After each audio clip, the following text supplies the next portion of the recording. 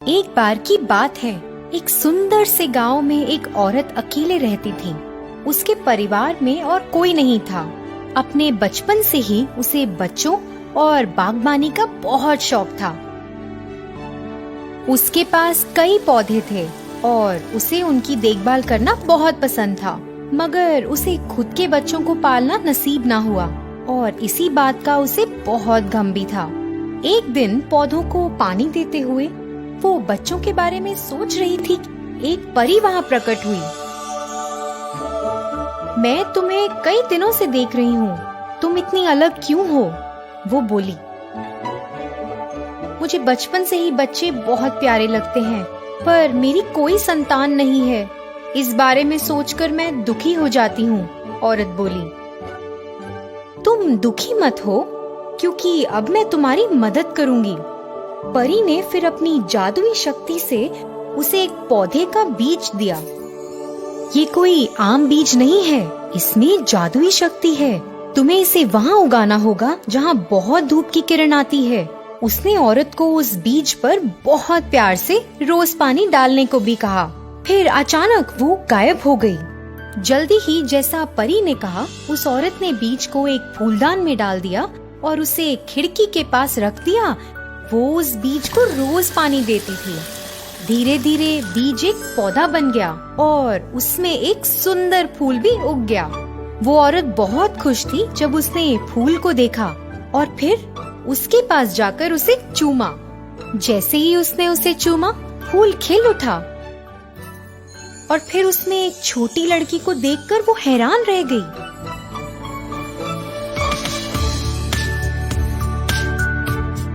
उसने उस लड़की को अपने हाथों में लिया और उसे चूमा। फिर कहा, आज से मैं तुम्हारी माँ हूँ। वो बच्ची उस औरत के अंगूठे से भी छोटी थी, तो उसने उसका नाम थम्बलीना रख दिया।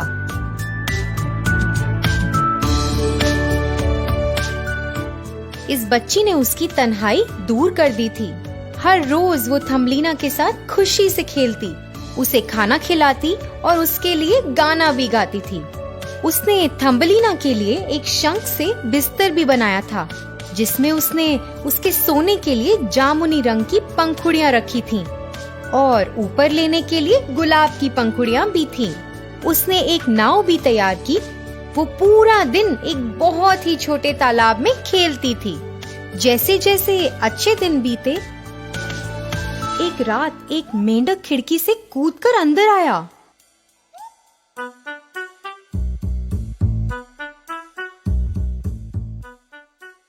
उसने थम्बलीना को देखा और सोचा, वाह, कितनी खूबसूरत लड़की है। मैं अपने बेटे की शादी इसके साथ करूंगा। दोनों साथ में बहुत अच्छे लगेंगे। मुझे अभी इसे यहाँ से लेकर जाना होगा। मेंढक ने उसे शंख समेत उठा लिया जब वो सो रही थी। पास ही के एक तालाब के पास उस मेंढक का बेटा इंतजार कर रहा था। जब उसने थम्बलीना को देखा, वो खुशी से चौंक गया। उसने अपने पिता का शुक्रिया अदा किया और थम्बलीना के शादी करने के इस निर्णय को सराहा भी। क्योंकि वो डरे हुए थे कि थम्बलीना वहाँ से भाग ना जाए, उन्होंने उसे तालाब के बीचों बीच एक कमल की पत्ती पर रख दिया। जब थम्बलीना उठी, उसने अपने आप को तालाब के बीच एक पत्ती पर पाया। वहीं वो मेंढक उसकी शादी के बारे में बातें कर रहे थे और थम्बलीना सब सुन रही थी। उसका मेंढक से शादी करने की कोई इच्छा नहीं थी। वो अपने आप को इतना मजबूर देख के रोने लगी। वहीं पास में कुछ मछलियाँ जो उस मेंढक की सारी बातें सुन रही थीं, उन्होंने थम्बलीना की मदद करने का सोचा और पत्ते के तने को तोड़कर उसकी वहाँ से निकलने में मदद की। वो काफी समय से उस पत्ती पर तैर रही थी और फिर तालाब के एक किनारे पर पहुंची। वो बिल्कुल अनजान थी और भटक गई थी।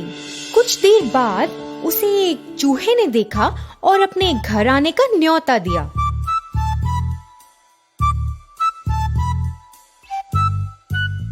चूहे ने उसे रहने को जगह दी और खाना भी दिया।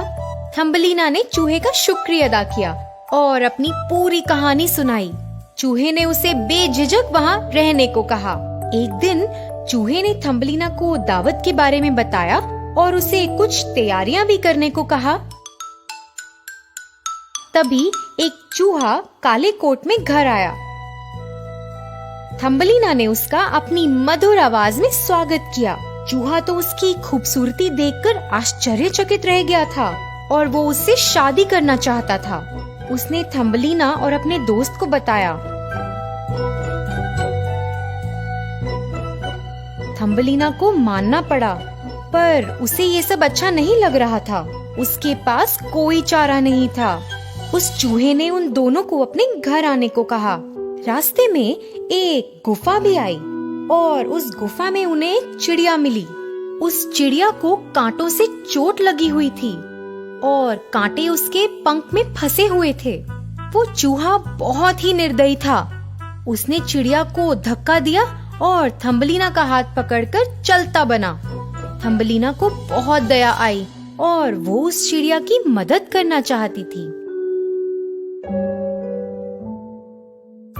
वो उस चिड़िया के पास गई और उसके पंख से कांटे निकाल दिए। गर्मी का मौसम था और फिर वो चिड़िया भी धीरे धीरे ठीक हो रही थी। उसने थम्बलीना का शुक्रिया अदा किया और थम्बलीना को वहाँ से लेकर उड़ गई। इसी बीच चूहा थम्बलीना को ढूंढते हुए उसकी ओर आ रहा था।